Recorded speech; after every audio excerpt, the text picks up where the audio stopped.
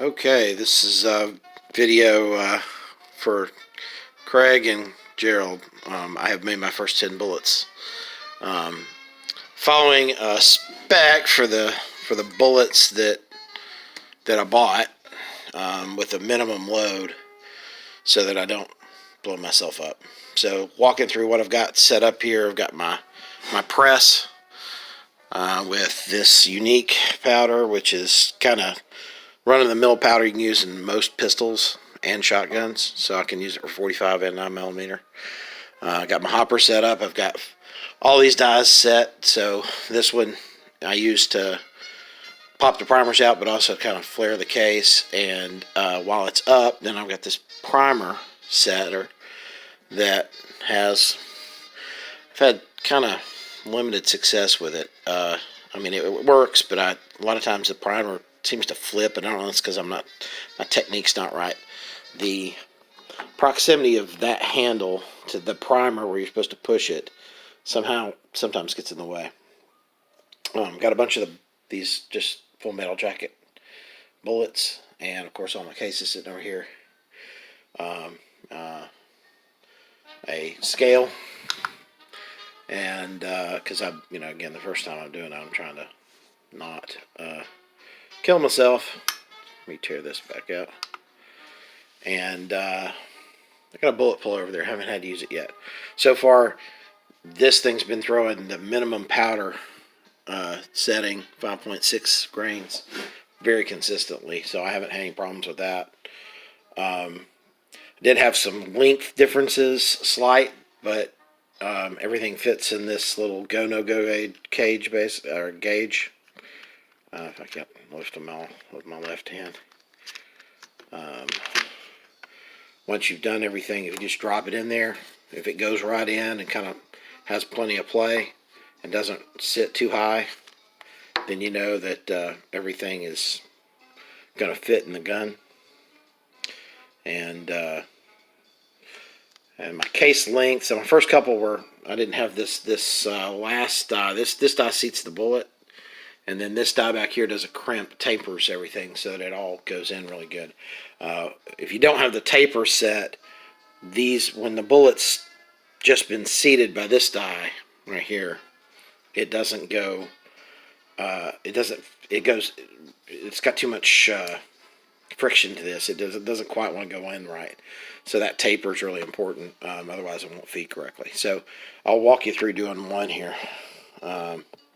Just grab one of my clean brass. It needs a primer. So we'll drop that in here. Already got the primer out of it. And we'll just pull it and go up into the taper. And while it's up there, and this is the thing that's just awkward a little bit.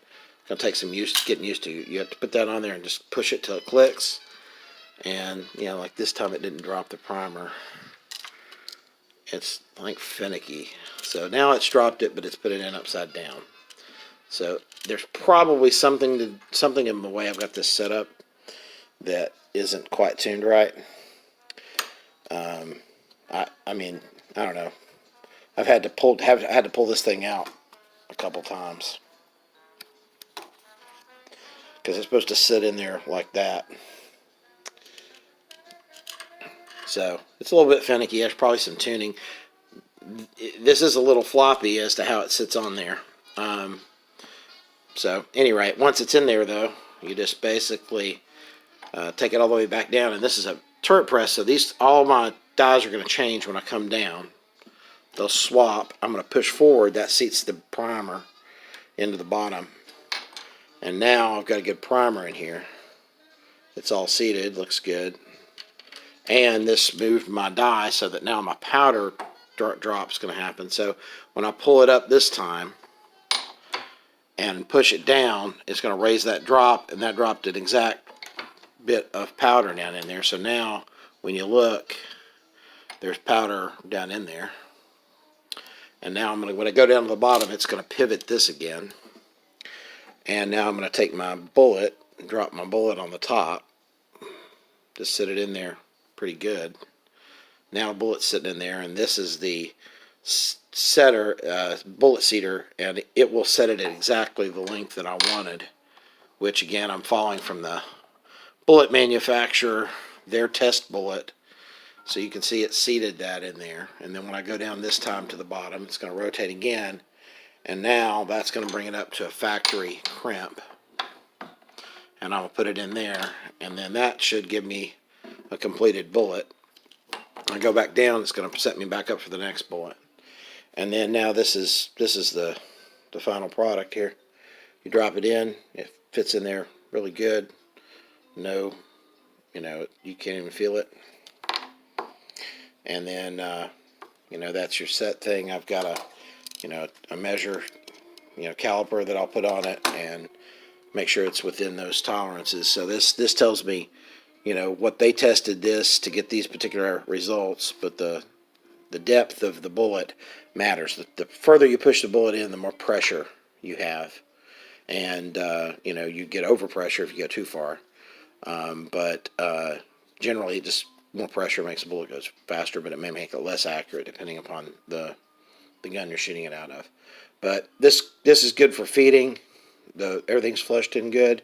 And what I'll do, before I go shoot any of these, I'll go measure them all again and make sure their weights are close, within a 100th or 10th of grain, 100th of grain.